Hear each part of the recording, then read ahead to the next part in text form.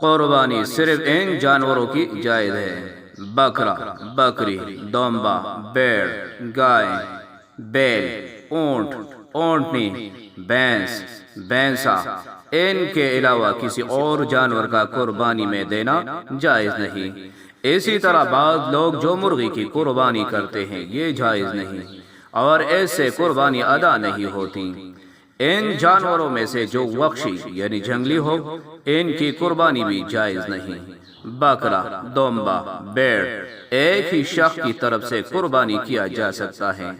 گائے، بیل، بھینس، اونٹ 7 آدمیوں کی طرف سے ایک کافی ہے، بشرطے کہ سب کی نیت ثواب کی ہو۔